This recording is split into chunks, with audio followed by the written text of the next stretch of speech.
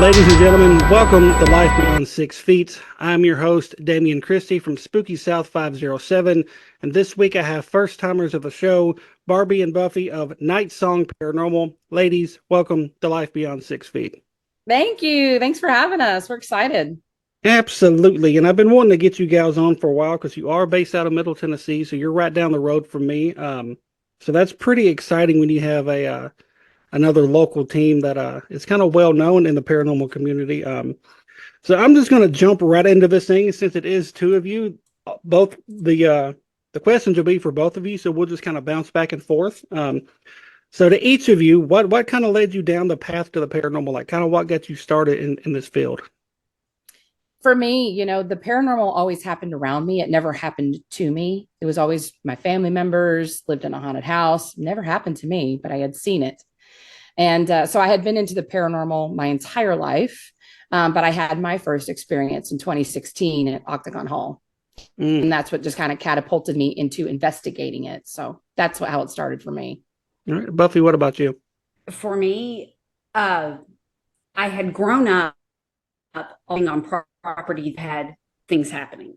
One of my first experiences was seeing a full body apparition. I was maybe 8 years old, 9 years old, seeing a full body apparition, reaching out to grab my neighbor's mom. We were outside playing and we both saw it, which was the craziest thing. And there had always been inklings of it for a long time. What really pulled me into investigating, truly investigating, after my dad had passed away, and I started getting a lot of little hints of things that I thought were him.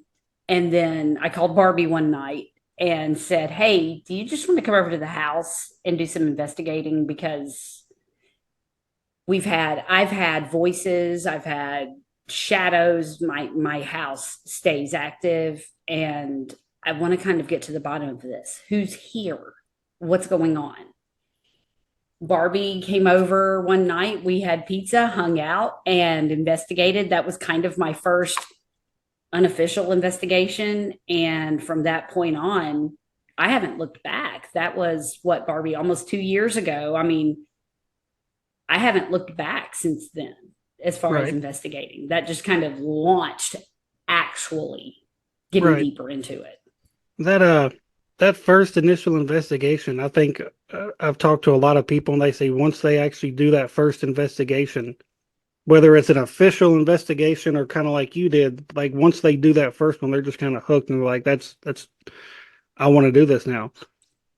Absolutely. Yeah. You chase after, like when I was in that basement Octagon Hall, it was like, okay, I've never had it happen to me before. It's been around me. I've seen and heard stories from my family, my friends.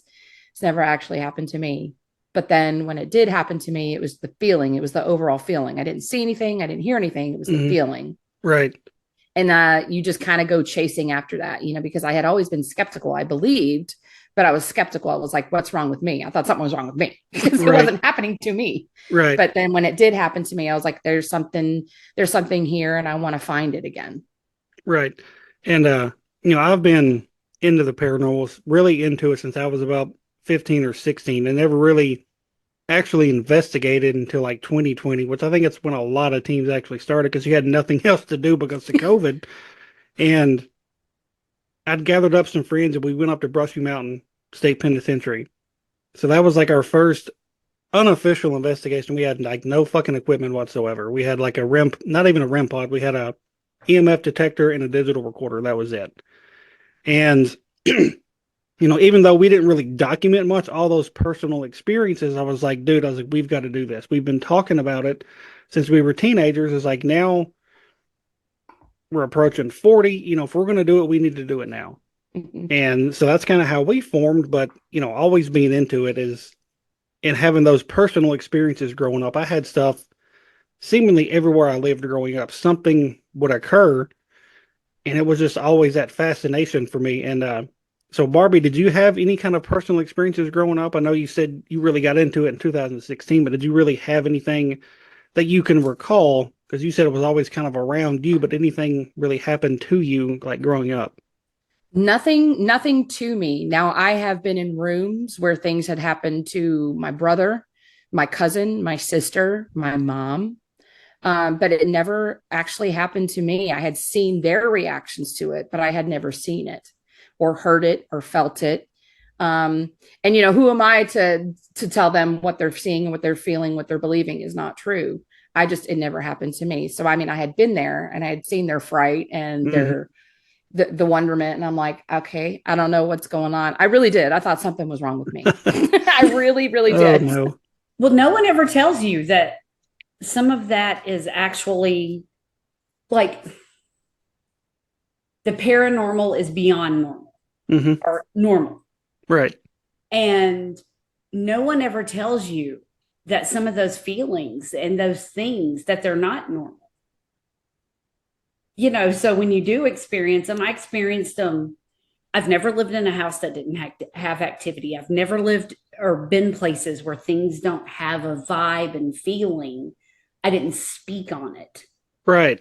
for a long time. I mean, Hmm. not to disclose my age fully, but I mean, for roughly, 40 some odd years, I didn't speak on it because you're either feeling like Barbie said, you're crazy, Hmm. or you just think everybody else catches on to that too. So it's just the normal. And then you start realizing that there's this mixed bag and not everybody feels it. Right. That's like I said, pretty much everywhere I've ever lived, with the exception of maybe one place. Like even if it wasn't nothing major, like it would be something like, what the fuck was that? Well, how did that happen? And now I've started over the last few years, pretty much everywhere I've worked, I've experienced stuff. And it's just my co-host on Beer, Booze, and Boogeyman, they call me a ghost magnet because they're like, dude, you're constantly messaging us saying this just happened at work or we just had this happen at home. And I'm like, well, I was like, I don't know if something's attached to me or something just knows that I'm really into this and that I'm open to it. I was like, I don't know what it is. I was like, but it is what it is, I guess. So now the decision to start Night Song, how did that come about, Barbie? I had always, since 2016, chasing after that feeling again. People knew that I had investigated. I was kind of an independent person, investigator, and I would bring family and friends along with me. And so I started Night Song as kind of like an event thing to Hmm. put together events and bring friends and family along with me. And that's how my mom got into it. Buffy came along with me to some of the stuff that I put together. And then I had joined a team in the Murfreesboro area. And after about 6 months, I ended up leaving and kind of repurposing Night Song as a team. Hmm. So it just kind of switched over. But I had started Night Song back kind of when COVID was going around. Right. And yeah, and then so we just kind of converted into a team. And so Buffy joined along with me. My other best friend, Alicia, my mom came along, and the rest is history. I mean, now it's we've kind of grown and a big part of the community, and we adore this community. It's just the best. It really is. And Right. no looking back now. I mean, we're fully in it and fully invested and involved. And but yeah, that's kind of like the birth of Night Song. It was an event company, and then we just kind of switched over to a team. Right. Now, Buffy, when she approached you and said, "Hey, I'm actually going to convert this to a team. I want you to join." Like, what was your initial reaction to that? Oh, there were, I didn't hesitate. Like, I can remember the moment she called me, the previous team that she spoke of that she was on. I wasn't a member of that team, but I guess sort of a provisional member at that time of that Hmm. team. I went along on investigations, but I was not an official team member. And when she called me and said, we're going to move to this format, I was driving down the road when she called me and I didn't even hesitate. I'm like, yes, I'm coming with you. Like, let's go. Let's do it. Hell yeah. There was zero hesitation. That is awesome. And something I always like to ask people is about their team name. Like, what is significant about Night Song? Like, is there a special meaning behind it, or is it just something you kind of put together? Like, what's the meaning behind your name? It's so funny because a good friend of ours, Jeff Reynolds, he's known in the paranormal. He's one of the volunteers, him and his wife Heather, one of the volunteers at the Harriman and Old South. He was like, "Are you a fan of Cinderella?" And I'm like, "The band?" And he goes, "Yeah, because he's kind of like tatted up, he's a biker and all that." And I'm like, "I mean, I know of them, but I mean, not a fan." And he goes, "Well, I was just wondering because Nightsong is one of their songs." And I'm like, "No, I didn't name it after a Cinderella song." So one of the things, like, I'm a local musician in the area. I've got a band and we play around a lot of places. And so I wanted to kind of uh, join not only the music aspect of it, but also the paranormal aspect. So when I was just kind of thinking of names, I was like, okay, well, usually paranormal investigations, we go out and we investigate in the dark, night, the cover of night. And then song, I'm a musician, I sing, I play guitar, night song. And it just kind of grew from there. So that's really the name. That's the story behind the name. Well, there you go. And just for everyone listening, they did not name their band. See? They're so God dang, I can't talk today. They didn't name their team after a Cinderella song. There we go. Oh, I really did. When he asked me that, I was like, the band? Wait a minute. When you said that, I wasn't even thinking of the band. I was thinking of the Disney character. I was like, where's she going with this? I was like, does she name her team after a Disney movie? No. Neither. That would be a great name for a Disney movie. Right.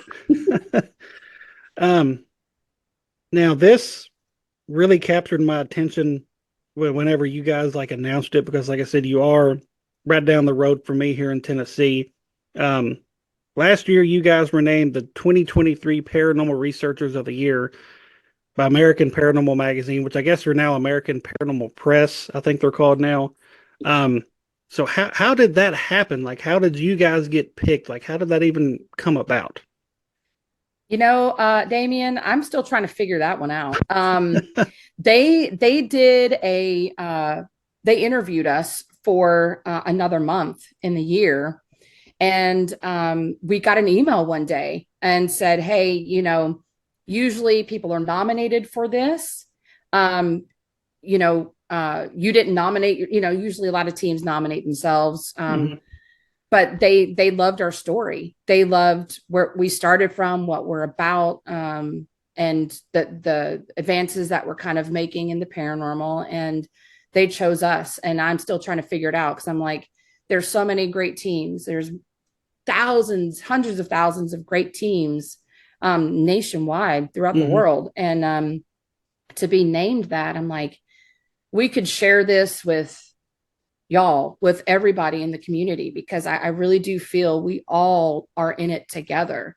Right. And so to just be the one named for that, it was like we shared it with everybody. It was all of our accomplishments. So yeah, I mean, it was a great thing, but we shared it with everybody because you just don't do it by yourself, Right. It takes a village. Right.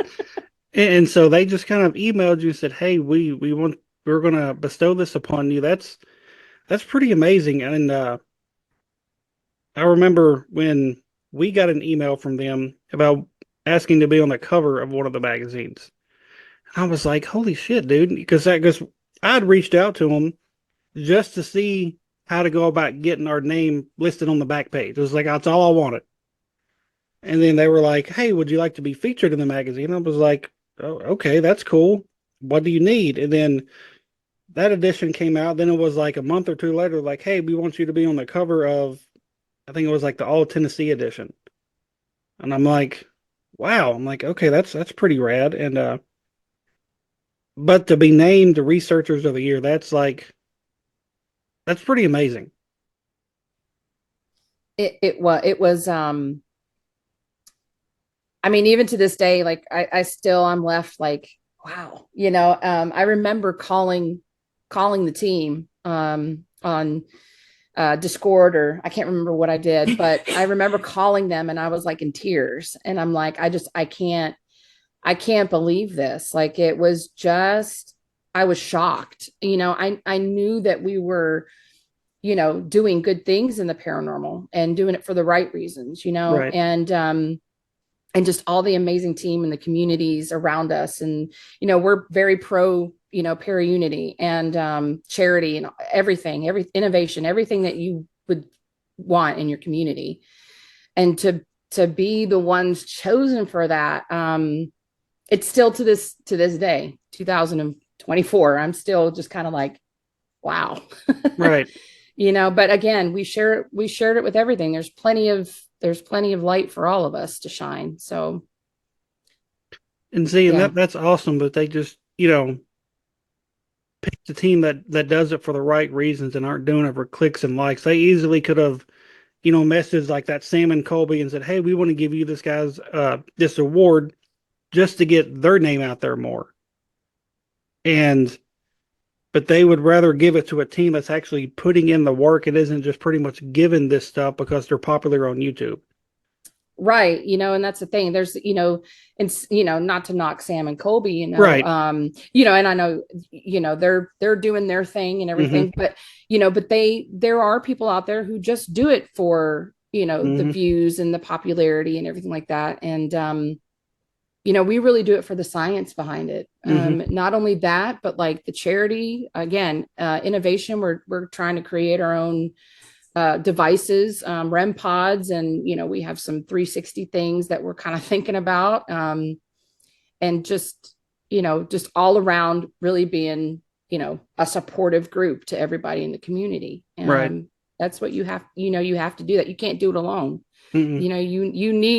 You need your village, your tribe to come up behind you, and you support them as much as they support you. It's very Right. important.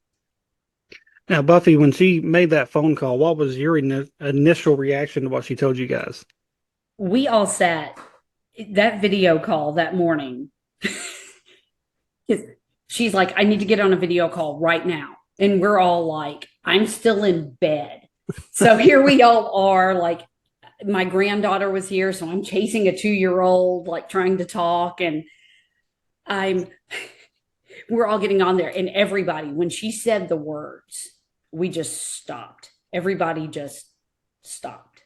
Mm. It was that stunned silence of the reaction there that said everything. The Right. silence said everything because we were like, what?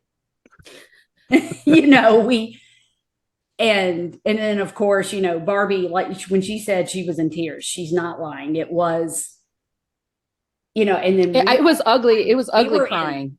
we It all was ugly ended up crying. in tears through the whole thing too. I mean, afterwards, it just, after we kind of got over that moment of what, and I'm much like how you feel about how they went. There's so many people they can go and get because their traffic would drive it back to American Paranormal site Mm-hmm. and all of that. Right. And I'm like, how hard did they research us to get to here? Right. To decide that the standards that we uphold made us this. That's humbling. Like, we're just all, I mean, I'm still talking about it. Yeah, it still gets, the deeper you think about it, it's still today it will make us speechless thinking about it. Right. Well, like I said, I just want to say congrats to you guys and thank you for representing the community the way you do and representing Tennessee like you do. Because there is a lot of teams in Tennessee, which is mind blowing to me to actually think about. There's so many teams just in this state, and to actually see a team doing things the right way and doing stuff for charity and stuff and being so selfless, that's just amazing. Well, thank you. I mean, again, it's just a really good community. Here in Tennessee, I mean, it's a haunted state, Yes. so, and we're surrounded by haunted states, Mhm. and we're friends with a lot of the paranormal, y'all, and a lot of the paranormal teams in the area, and so we help each other out. it really is a community. So it's, you can't think, just of your team, you just think beyond that, help out. If another Hmm. team in the area is, hey, I'm down to investigators, it's nice that they can come to us and vice versa, Right. and get people to pull in and get the job done. Right. And people who do it for the same reasons that you do it for. It's not for the clout, it's not for the clicks, it's for the science, it's for finding those answers. Will we ever find the answers? Probably not in our lifetime, but Right. it's the pursuit that keeps us going, in the Exactly. community, to keep us strong. So Right. Now, a lot of teams don't like to do personal residences because, one, those kind of teams are out there for the popularity standpoint of it. Do you guys like to do personal residences, or do you prefer to do the commercial pay to play type stuff, or you kind of do all of it? we do all of it. It's one of the stances that we have is not only do we like to educate the public about the paranormal, that's why we do events, but we also like to go into homes Hmm. and kind of disprove what they may think is paranormal.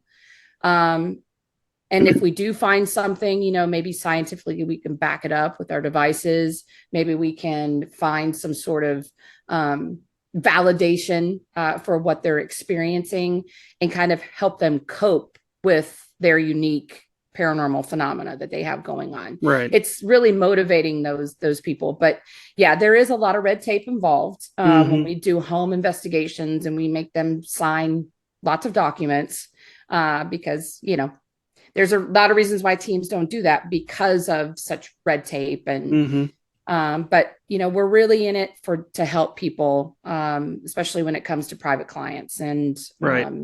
so yeah, we do it all. Awesome. And I remember when we first started, we kind of went back and forth on whether we should do personal residences or not. And we had came up with, some paperwork just in case, and all this other stuff. And the first few messages we got, it was just kind of like, I don't know if what you're telling me is legit, because like the stuff they were saying, it's like you're telling me stuff that sounds like The Conjuring is happening at your house. And I'm like, we're just starting out. I know we're not equipped for that. I was like, we only have like two or three pieces of equipment. And I'm like, if this stuff is really happening at your house, I'm like, I don't know if like an upstart paranormal team is what you need. I think you need like a priest to come in and exercise your house, because if that shit's happening, I don't know if I want to take part of that, because I don't want to bring it home to my kids. And so that's kind of another reason, we kind of shy away from the residences. I'm like, we have kids at home. I don't want to risk anything negative coming home with us, even though we take those precautions anywhere we go, even if it's a place where there's no known negative stuff there. My wife's like, I don't want to bring anything home with us that isn't already there, you know? And so we've like investigated my grandmother's house, but we simply think it's family that does stuff at her house. And we're talking about doing our first personal residence here pretty soon. There's this mom and daughter that work for me at my job, and they've told me some pretty gnarly stuff that goes on with their house. And the daughter, she's like, y'all need to come investigate. And the mom's kind of like, I don't know if I want to really know what's going on. So we're not really pushing her, but like, if he wants to come, just let us know. We'll figure out a date.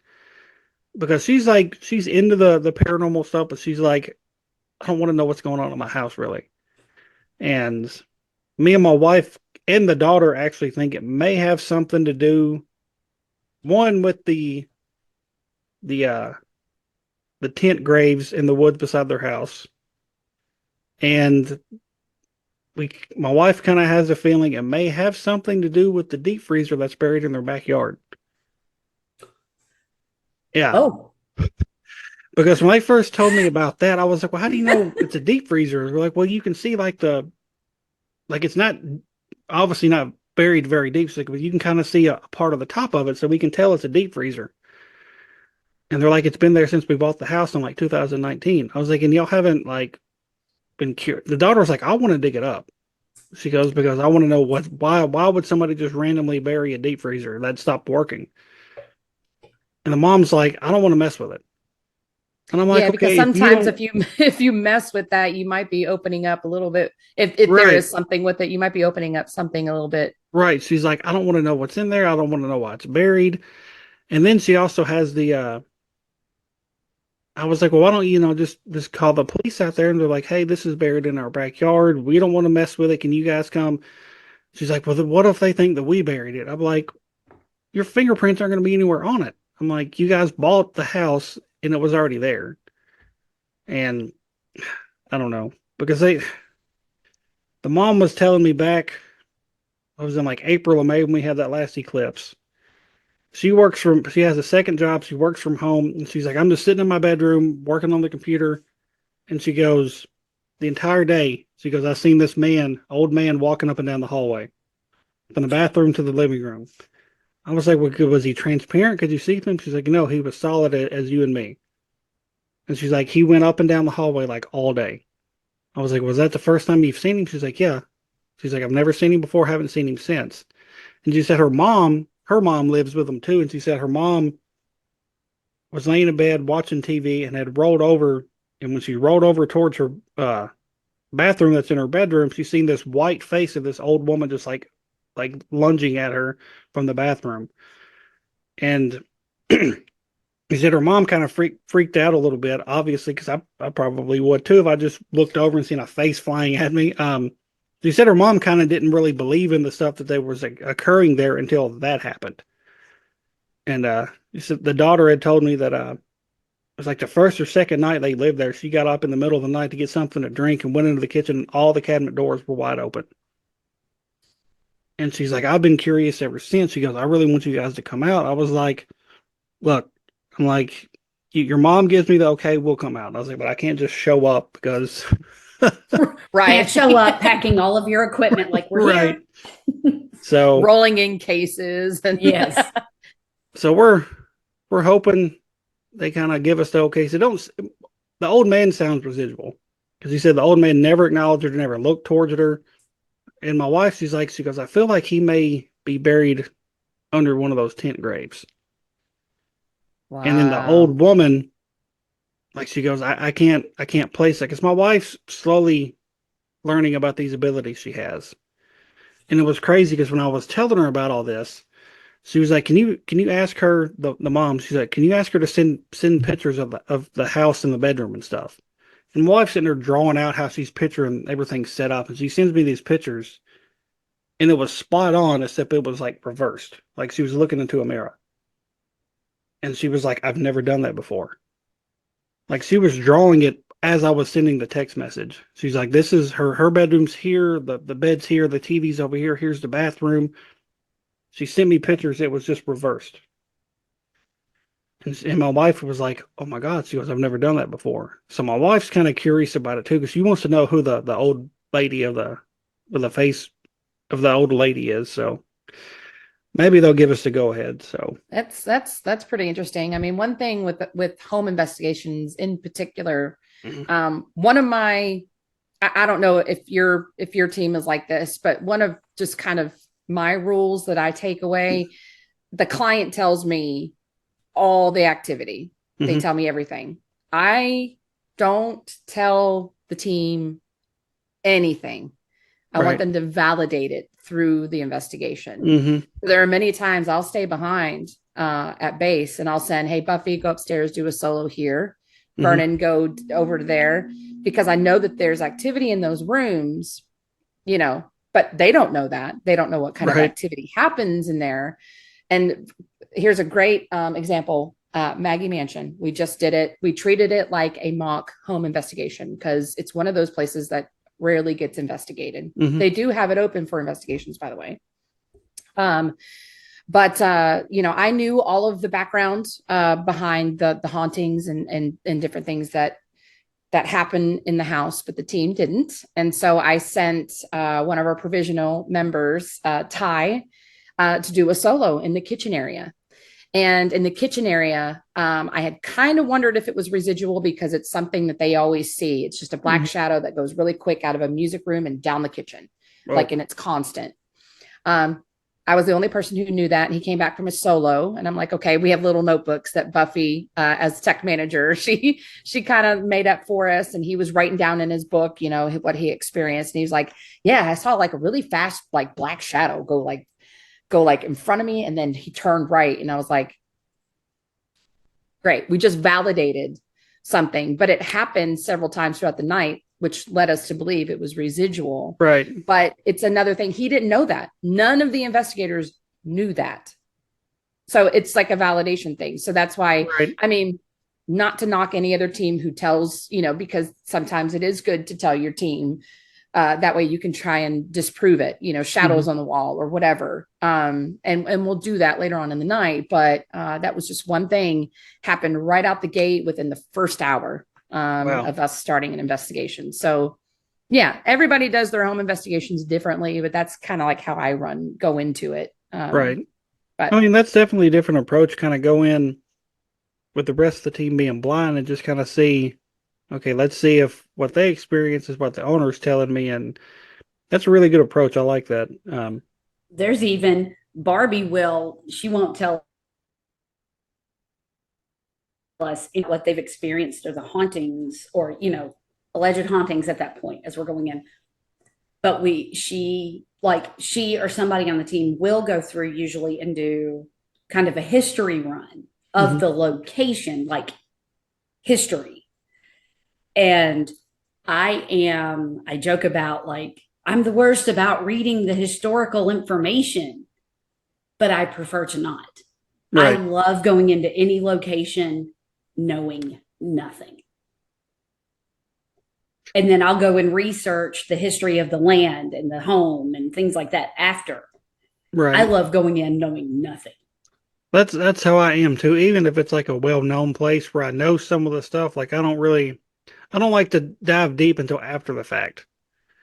Because like I don't want to get it in my head, okay, well at this time every single night this happens, and like I'd rather kind of not know and then find out after the fact, well hell, I experienced that last night when I was there. So um that's a really good approach too. I've always liked the going in blind type approach. Because like I said, if you go in knowing everything, kind of like how I do interviews, you're already knowing what to look for. And like you're expecting it to happen. And it kind of, even if it doesn't happen, you may interpret something as that. I'm like, well, I experienced that, even if it was not exactly what happens. So yeah, I've always liked the going in blind approach. Now, if somebody wants to join Nightsong Paranormal, are you guys accepting new members? Or are you kind of set where you're at now? Like, what if somebody wanted to join? well, I mean, we always look to grow. Right now we're at 5 full-time members, one of which is a provisional. We always bring somebody on as a provisional, even if somebody is well known in the field or whatever.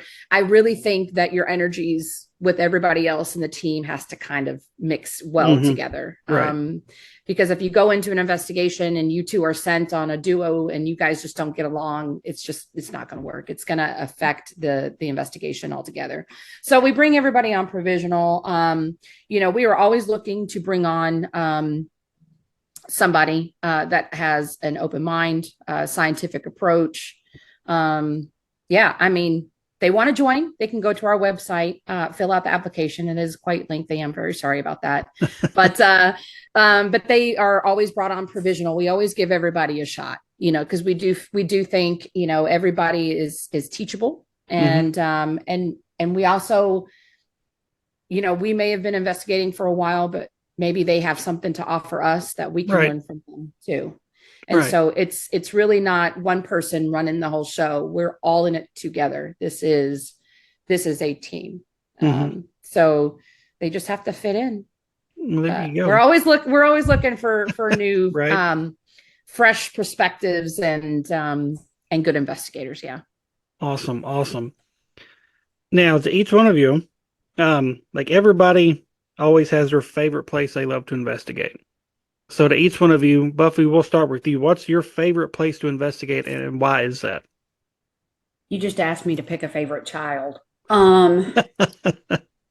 That's really, I mean, because that's one of those I really, and it's such, and Barbie's probably going to say similar, which is hilarious. I love Octagon Hall in Franklin, Kentucky. Mm-hmm. Um, you hear it, like you hear it from other teams that have been there and all of that, that something just draws you there. And it does. Mm-hmm. I love going up there. I love that whether I'm going up there to just hang out and back porch sit with Bear and Beth that day, there's still, you kind of, it feels like it hugs you when you get there. Or again, and Octagon was my first official investigation. But the things that have happened and drawn me since are probably what makes it a little closer to my heart. Mm-hmm. It helps that I live super close to it and I can just run up the road and go see them. But, and really, it's kind of a tie. Maggie Mansion that Barbie mentioned is a very, very close second now. It's a very similar feeling. It's a warm hug when you come in there, the spirits, everything. So, but Octagon Hall is definitely, it's got to be leaning towards the favorite child of all of our locations so far. Now, have y'all ever experienced anything that not necessarily evil, but like kind of on the negative side, like they're like maybe they're pissed off because you're in there, or because we've investigated there once, and that was my wife's very first investigation, and whatever was in the basement that night did not like the females being down there. Octagon is one of those, and this is something like when you go up there and you're talking with them up there, it'll be one feeling 1 minute and another feeling another minute. We kind of have a philosophy of if you were an asshole in life, you're going to be one in death. Mm-hmm. Yep. So the energy that you brought to the world when you were alive, that lives on as a spirit. And there is so much that occurred on that property in that area.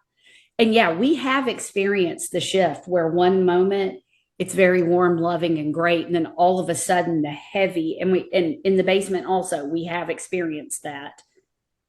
And all of a sudden it shifts and there's this heaviness. And we will basically just ask the question, do something to let us know that you just want us to go back upstairs. And usually something goes off and we're like, okay, we'll pack it up and go back upstairs. And respect it, because there's no point in making an angry spirit angrier. Right. Just because when they were alive, that's who they were in nature. So here they are again.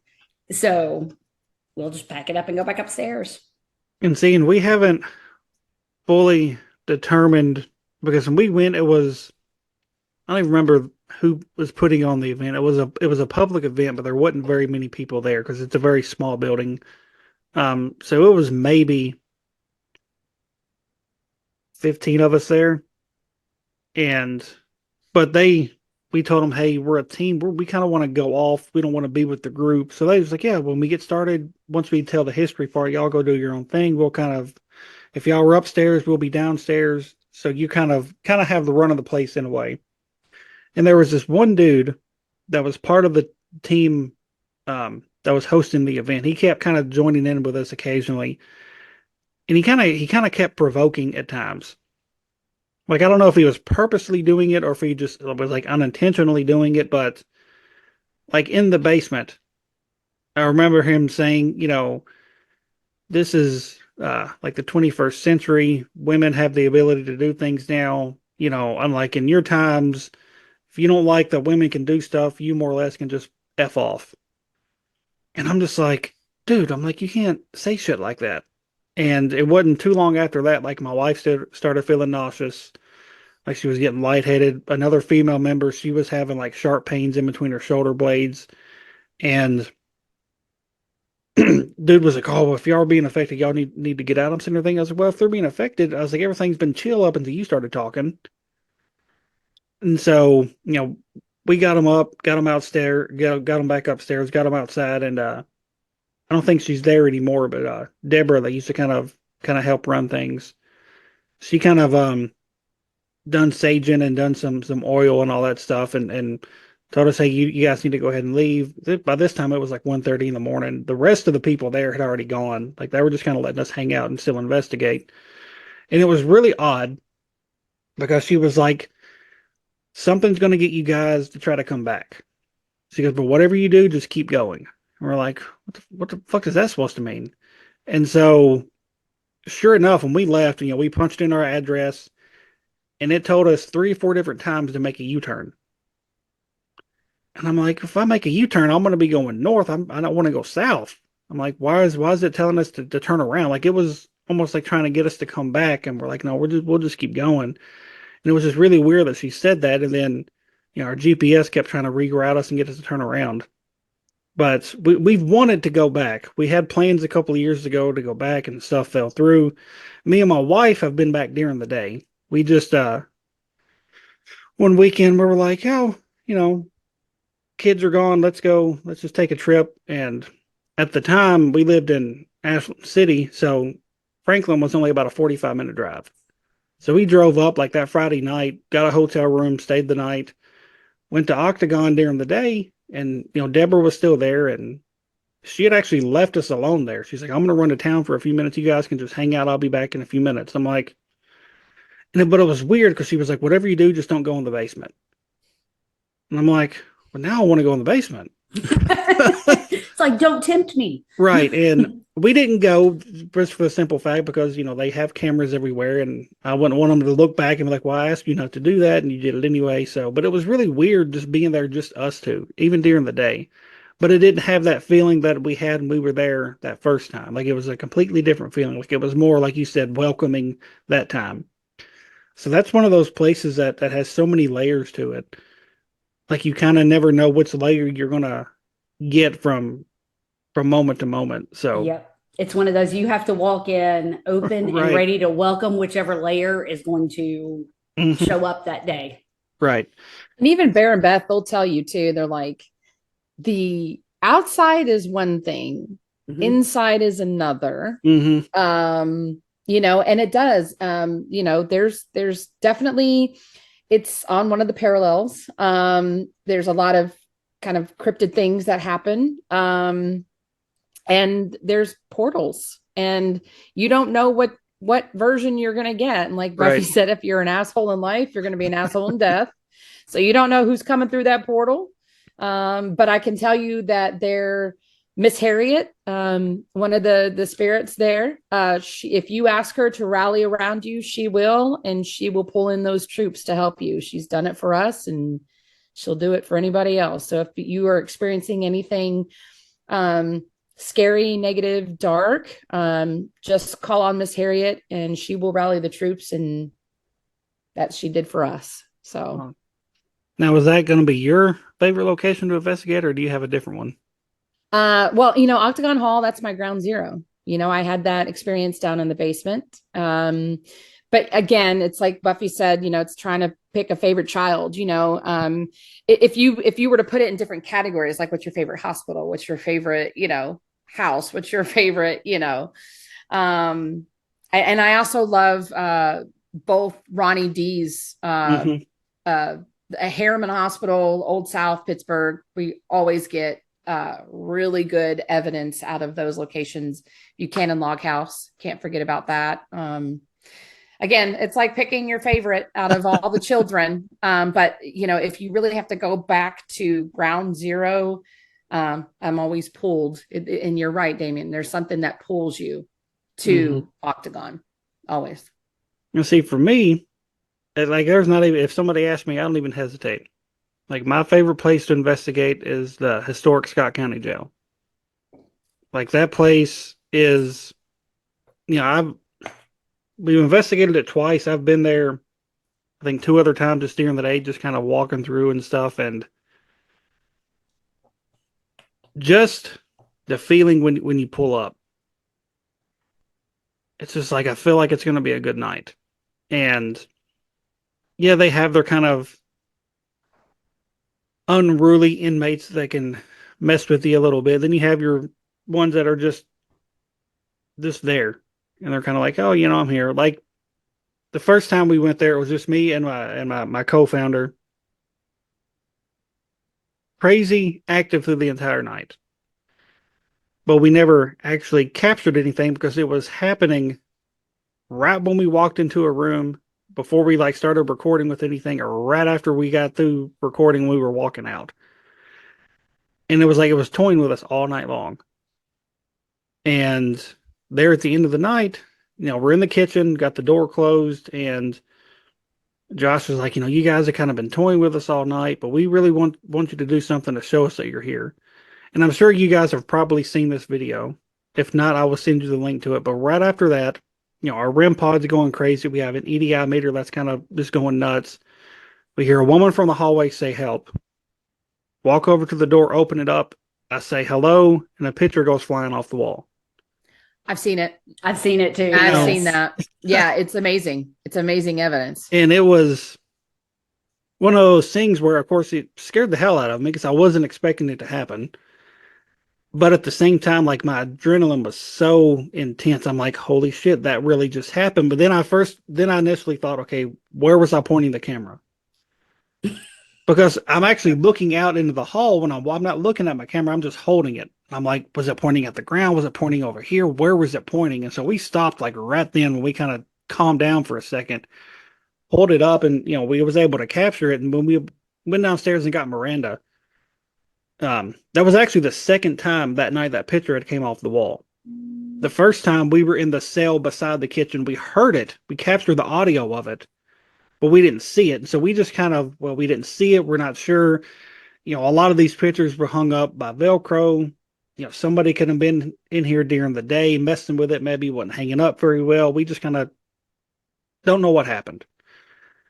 But then when we went and got her and showed her that, she was like, I've never seen that before. And she goes, can you send me that video? I was like, when I get home, I'll get it on my laptop and I'll get it sent to you and stuff and this and that. And I got it sent to her the next morning. And a few hours later, she sent me a text and a screenshot. She was like, you're not going to believe this, but I think you captured an arm. And I'm like, what are you talking about? And it was crazy because I showed my wife like that morning, like I got maybe 2 hours of sleep. So I was like, I got to show my wife this. And she's seen the arm on the little LED screen.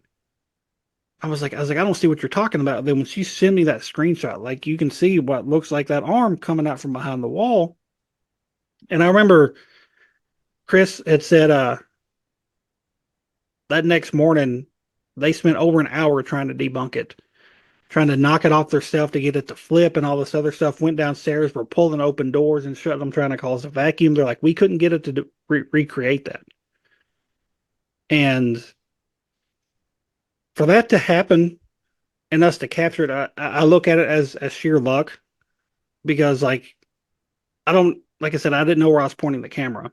But then in my head, I'm like, damn, what would I have captured if I would have took 2 more steps out? Or if I would have been 1 more step to the right, would have actually captured more of whatever that arm was. So it's one of those things where like I'm excited that I captured it, but like, damn, I wish I could have captured more. We've been there. We've done that. It's like, a cabinet door will open and we're like, shit, why didn't we have a camera on that? Right. And then we put a camera on it and then we don't get it the rest of the night. I'm like, next time you're back, you'll put 3 cameras at different angles and nothing happens. That happened to us at the Hotel Metropolitan in Paducah, Kentucky. If y'all have never been there, you need to check it out. We have not been there. I have talked with the owner and we've been wanting to go there. Maybe we can all go together sometime. But yeah, we would love to go. I've ranked that in probably my top 3 favorite places I've investigated because it was just so active the night we went. But there's a door in the kitchen that actually is like just a little small bathroom. When we got there the night before, Miss Betty was giving us our walkthrough, telling me and my wife kind of what goes on, telling us a lot of the history. And right before we approached that door, it popped open in front of us. And Miss Betty's like, that's why I don't like coming in here at night because this kind of stuff happens. I don't like being here at night, blah, blah, blah. So, she closed it. And whenever she left, first place we went was to that door. We're like, it's got to be like something in the floorboard that causes it to shift open. There's got to be a reason behind it. And we're couldn't get it to open for nothing. Stomping on the ground, running in front of it, wouldn't open. So the next night when we actually investigated, another team member had came up and we were kind of taking a break, but I was still walking around filming. He goes in the kitchen to get him something to drink, and he walks by that door and it pops open behind him. And he was like, holy crap. And probably about 45 minutes later, he's back down there again, and he's standing there and he was like, can you just open this door for me? And he didn't have a camera, which I told him in his defense, it was his first investigation. I was like, dude, always have a camera with you. Because you never know what's going to happen. And so he's sitting there, standing in the kitchen. He's like, whoever opened that door earlier, can you do it again? And we're in the hallway and I'm filming, and you can hear him in the video. He goes, holy fuck, like really loud. And we take off running, and the door we caught just like the tail end of it opening. And he comes walking out with like this look on his face, like, holy shit, like it opened on command. And the last part of the night, we probably spent 25 minutes in that kitchen just with the camera on the door, trying to get it open one more time. And of course, it didn't do it. Yeah. And another thing that I beat myself up about is we were upstairs. I was doing an Estes session in the hallway. So I'm in the middle of the hallway. My wife and Ted's probably 25, 30 feet behind me. And probably about 10 minutes into it, like my left arm just gets freezing cold.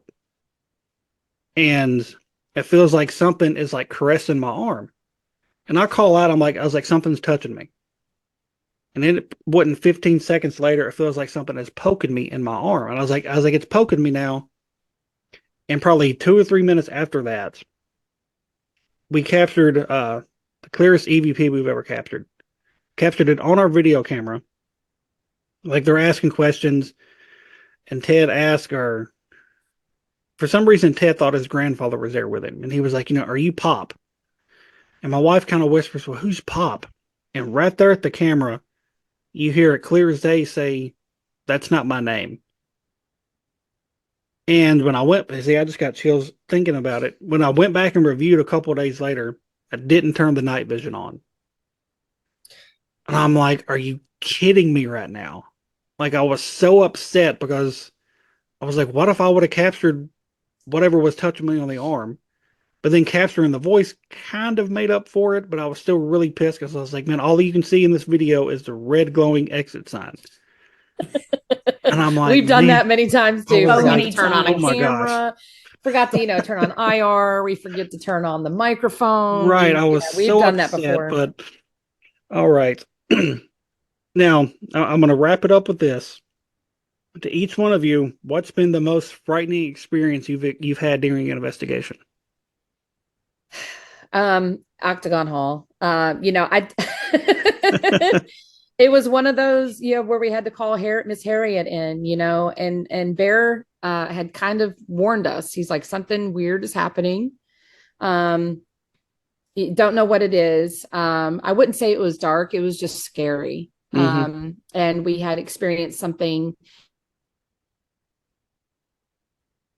not intuitive at all. But before we went, something kept telling me, spend some time in the barn, spend some time in the barn. Buffy had it. Vernon had it. We all had go to the barn. And damn it, we had to go to the barn. And something in that barn, I don't know. It was just scary. It was like nothing actually happened. It was the feeling. And that feeling that I'm talking about. You feel Mm-hmm. like you're like something is just, it's predatory. Like, it's just weird. It was a weird feeling. And we have never felt that at Octagon Hall before. And again, it's usually a really big warm hug there. Mm-hmm. But again, we feel that there's a portal there, and some asshole came through and was, kind of threatening. And so we went inside and we called on Miss Harriet. But that was probably one of the scarier moments. It's just the overall feeling of that you're not safe. But we didn't stick around outside long enough to figure that out. Right. What about you, Buffy? So frightening wise, mine would have to be close around the same one that Barbie just described. So I'll kind of go to startling because I've only had one where I dropped my backpack and all my stuff and said nope and just ran right off. There was Brushy Mountain. I was in the hole. We were in the hole. So, there's four cells in the hole. We had one friend in the first, like when you come in the first one, I was in the second one, empty one, and then Vernon on our team was in the last one. And on my backpack, I have a vintage Casper the Friendly Ghost doll, like pull string and all that. And he usually rides in my backpack. I strap him on where the tripod holder is. So he's just hanging out back here, flopping around sometimes. I walk into the hole. I put my camera on the top bunk to where it can see the whole cell and out the door. And I'm standing at the bunks debating on where I'm going to get and everything. And out of nowhere, Casper's head goes, it just starts going on my shoulder. I have never ran out of a space. The startle of it got me. I dropped my backpack and I was out and I was like, can someone go get my stuff? Because I was like, I did pull it back together. I did go back in there. There is something though, that's the second jail. There's something about, I don't know what it is, but Casper at Brushy, that was the first time he did it. And he did it with enthusiasm there. And at Old Stone Jail in Franklin, Kentucky, every time I would enter on the first floor, the area with the cells to the right, every time I entered that area, he would start tapping me. His little head would start hitting me. And we kept Vernon is our master debunker. He tears everything apart more than anyone else. And we kept recreating. I wasn't hitting a wall. I wasn't anything. Look, Casper's head was just like, oh, hey, hitting me here. And I'm like, okay, I get that you like Casper, but can you not? It's ironic you say that those two places where that's happened at. Those two locations is the only two locations I've ever been affected emotionally at. The first time was at Brushy. It was weird because we were out in the courtyard, and the ladies who was kind of, I don't remember their names, but they gave us the tour and everything, let us use some dowsing rods. We didn't even know what the hell a dowsing rod was. And they kind of gave us a quick rundown how they use it, how they're supposed to work. And so my co-founder is using them, and I've got a digital recorder in my pocket, and we're just walking around. He's asking all these questions. And each question he asks, like, I just get more and more angry. We walk across the courtyard. We get into the gymnasium, and the last question he asked, like, just set me off. I was like, fuck this. I'm done. I'm leaving. Storm out across the courtyard. Get past the rest of the people that were there, and I go from just super angry to I literally broke down crying in tears within a matter of about 45 seconds. And Josh was kind of walking behind me, and he's like, I could see your change just walking behind you. And when I went back and listened to it, it kind of sounded like whatever we were interacting with was somebody who was put in prison for something they didn't commit, for a crime they didn't commit. So I felt the emotions of him being angry for being falsely imprisoned to the sadness he felt for spending his entire life there. And that was in 2020. I never felt that again until last year at Old Stone Jail. I was doing a Estes in one of the cells, and I could feel it coming on. Like I was starting to get just super sad. And my legs started kind of twitching, and I kind of pulled myself out of it, but I was crying. And they was like, what's going on? I was like, I don't know. I was like, I don't know what just happened. We're like, well, let's get you out. I was like, I don't want to leave. Like, I didn't want to leave the cell. And so Josh pretty much just grabbed me and picked me up and toted me out. He was like, we got to get you out of here because whatever is affecting you, it's not wanting you to leave. And that was, never experienced that other than those two times. And it was super weird to be affected because I didn't think the first time it happened, I would hear people saying, "Oh, yeah, it affected my emotions," and it did. I was like, "There's no way." There's no way that happens. And then to actually experience it and go through that, it's like that is absolutely insane. Well, and the So, Yeah. emotions feel natural when they yeah, hit. right. It's the first time I ever had that happen was at Harriman, and the frustration and just came from nowhere, but it Mm-hmm. built up gradually. So it felt like maybe I was actually getting frustrated. Mm-hmm. But then when I left that area, I was fine. Right. And it hit me about 30 minutes later that I was like, oh, it's a lot. There are so many like that can just creep up on you, and you Mm, feel like it's your natural emotions, right. not. And that's one of those things that now I have to concentrate really hard on. Okay, I'm getting mad. Am I mad, or is something making me mad? Right. And kind of Yeah, that start. happened to me at Brushy. Buffy, you It remember did. that? You had Yes. noticed. I mean, Buffy and I have been best friends for 19 years. And this girl knows me better than anybody. And just clearly, usually I'm happy go lucky, and investigating. And I was very clearly irritated for no reason. Mm, And I was like, I got to get out of here. And I started getting up. She goes, wait a minute. Like she had noticed it. She had seen the switch. right. And so yeah, I mean, it's happened to me a couple times too, but it's crazy that you mentioned Brushy, and because it happened to me at Brushy too. It Wow. did. And it ended up being a phenomenal session after that. We talked her into staying. We had the dowsing rods out as well at the time, and we talked her into staying, and we started running a line of questioning that led us to why she was being affected.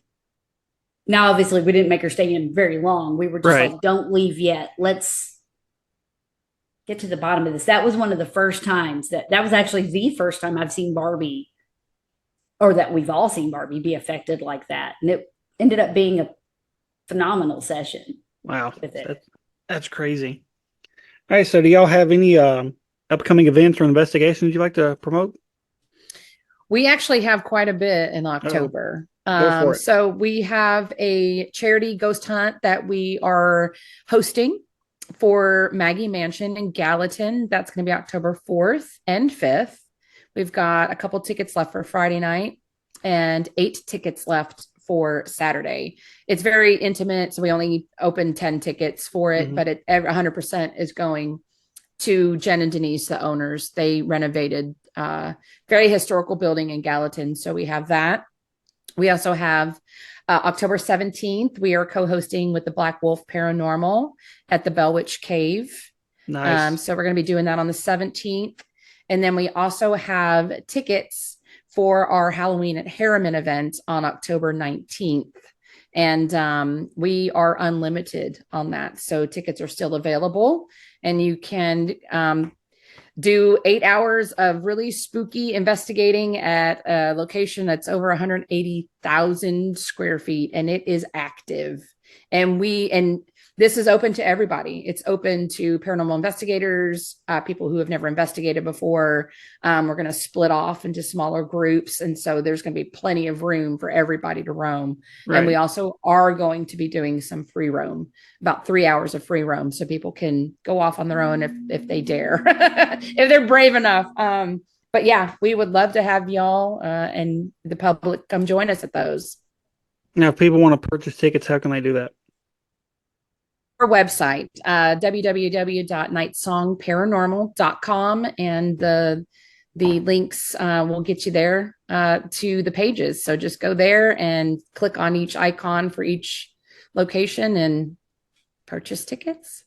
We have got a busy October coming up, and that sounds very exciting. I haven't been to Harriman Hospital yet. You should join us. You should join us. I've been Tickets are to only $99, and it's all kinds of yummy snacks and drinks. So y'all should come join us. now I've been to Old South Pittsburgh. It was one of their public events. Public events for me is hard to enjoy because you don't ever know who's going to be there, if they're going to take things serious. I know a lot of people come just for fun, but like I want to go and actually investigate. So it's like, oh man. But I mean, what we did experience at Old South was pretty interesting. It was the first time I'd ever done an Estes method session. I never even heard of it until then. And this was, we'd only been a team for about 4 months. So I never even heard of it. And they were like, hey, does anybody want to do this? And I was like, sure. And when they told me a lot of the stuff that I was seeing was correlating with what they were asking, I was like, that's pretty wild. And and then we've seen, that they talk about the puff of smoke that just randomly appears. We've seen that several different times in that same room we did the Estes session in. So, but I want to go to Harriman. I know this other team, they're I guess like their home team, Fearful Encounters.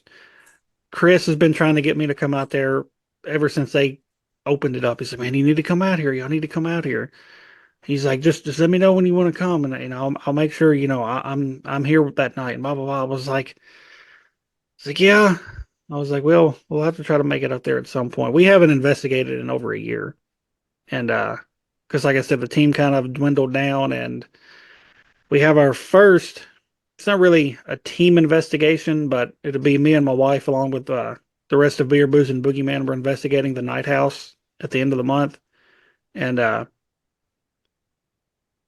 we're doing something that we've never seen done. It may have been done before. We've never seen it done. It's going to be an RPG style investigation. Like we're going to have cameras set up anywhere we can put them. We'll each have either cameras set up ourselves or something.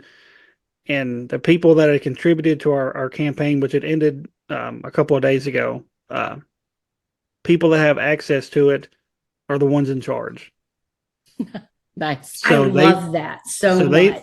They tell us where to go. They're going to ask the questions. We'll have like a chat set up that we'll be able to check in and be like, hey, Damien, go to the basement for an hour without a flashlight and just sit in the dark. They want to see that. They can tell me to do that. They're the ones in charge. We're just it's like they're playing a video game, more or less. And so they get to investigate without ever leaving home. Because I know a lot of people want to investigate, but sometimes they can't either afford it or they can't find anybody to go with. So this kind of gives them that opportunity to do it from home. And like I said, that's going to be September 28th. And I think we're going to have, gosh, I think it's probably about 25 digital investigators kind of telling us what to do. So that's so cool. Yeah. We're hoping it's going to be a success, and we're going to keep some of the cameras rolling throughout the entire night. So if like somebody's awake at 4 o'clock in the morning and they're like, they check in on this room and something happens, they can put in the chat, hey guys, at 4:05 this morning, some crazy shit happened in the kitchen. You guys may want to check it out when you get up. So yeah, we've done that too. We call them our phantom cams. So we just basically we broadcast our DVR. That's all we do. And yeah, they can just kind of go in and they've done that for us before. Wheatlands last year when we did Wheatlands, and same thing, 4 o'clock, 3 o'clock in the morning. Hey, something happened here, and we can go back in the cameras and check. But that's a whole other element of having somebody tell you, hey, go down to the basement all alone and call them the shots. That's right. Different. We haven't done that. So it was something that was presented to us by somebody like, hey, why don't you guys try this? And we're like, well, that would give people viewing the chance to actually be a part of it instead of just watching it. Yep. And so that's cool. That's what we rolled with. And we're hoping everything will kind of run smoothly. Like Eric is gonna let us come in, I think about 10:30 in the morning and start getting set up. So we'll have plenty of time to get set up and kind of test everything before we actually go live. So it's we're all looking forward to it. Like I said, it's going to be all of us from Beer, Booze, and Boogeyman. My wife's going to be a part of it, and I think I have one of my other team members. She's going to come up and be a part of it. So should be pretty fun. That'd be cool. Now, other than your website, where can people find you guys if they want to follow along with Nightsong? Oh, we're everywhere. We're on, again, you can get to the links. I need to get on board with the link tree, but you can just go to the website. But we have Instagram, we have TikTok, we've got Facebook and YouTube. All under the name Nightsong Paranormal. Easy to find all the way across the board. Awesome stuff. Well, ladies, thank you both so much for being part of the show today. That was you an so much for honor. having Thank you so us. much. I know we had a couple of hiccups there at the beginning and we had to, you know, reboot a couple of times, but it's all in good fun. Absolutely. We made it. We Look did. at We us. did. All right, everybody. I want to thank Barbie and Yay. Buffy. I want to thank Barbie and Buffy from Nightsong Paranormal. Give this team a follow on all their social medias. If you're in the area or if you're not and you just want to do some traveling, buy some tickets to the events they got coming up during spooky season. Should be a lot of fun, especially the one at Harriman. I think that one will be a lot of fun because it's so big and you can kind of be spread out. So, Yeah. alrighty, everybody. We will catch you next time, ladies. Thank you so much. Thank you. All right, everybody, stay spooky.